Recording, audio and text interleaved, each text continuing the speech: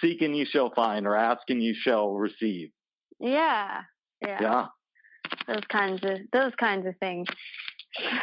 The hippie and the biblical intersecting. The hippie and the biblical. Well, they did have, what was it? The hippie Bible that they released. You're familiar with that, right? No, what's that? That was, so I want to say that was like 67 or 68. Some company came out with this thing called either the New Age Bible or the Hippie Bible, but I want to say just off the top of my head that it was called the Hippie Bible. And what it did, it was, took like the Old Testament and the New Testament, but it used like hippie verbiage. So it'd be like, Jesus was like this like far out leader, man. And like Moses was just like really cool with the way he would handle people. It used that type of terminology.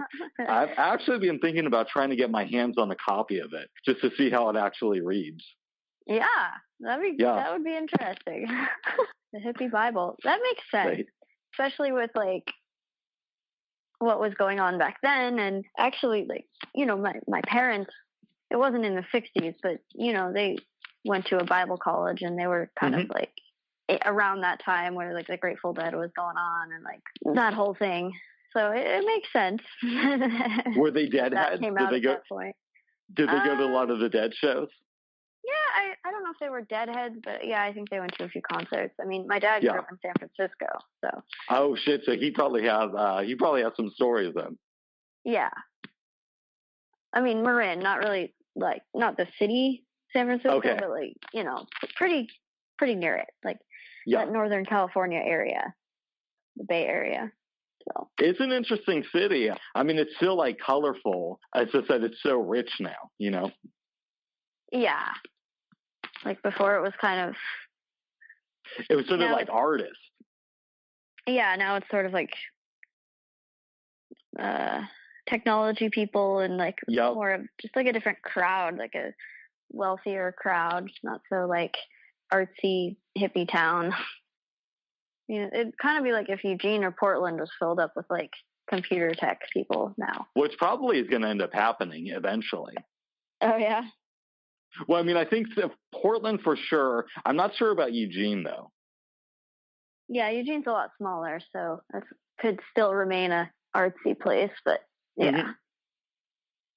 Portland seems pretty like artsy type of people. Portland's very artsy. And it's gotten a lot more so since I was growing up, I've noticed. Like, there's always been, like, these pockets of artists, but it's definitely increased in the last 20 years. Yeah. Well, I mean, apparently it's the hipster place to be. That's what they say on Portlandia, at least. Yeah. Which, I mean, I don't know, could be true in some places, parts of the city. In some areas of Portland, it's true, but it definitely still has like a blue collar element to it, which I like. Oh, okay. Interesting mix. Yeah. But I'm glad that it's gotten a little bit more artistic. It's a cool place to live for now, but I wonder how long it's going to stay that way. Do you ever worry about that in relation to Eugene? Do you ever think, too many people are going to move in here and it's just going to drive the prices up because it's so small? I mean, a lot of people have like moved here, so that's kind of happened already, but it's smaller, and there's definitely like a certain kind of person that lives here specifically. I mean, Portland is a similar thing, but Portland's bigger, so like there can be different pockets of people and like people coming together with their different common things. Eugene, there's a little bit of that, but it's like there's just a certain type of person that would move here, pretty much. And that's it. Like, it seems like, for the most part. Like, Portland's a bigger city, so, like, other types of people, be like, oh, well, I want to live in Portland. It's a bigger city.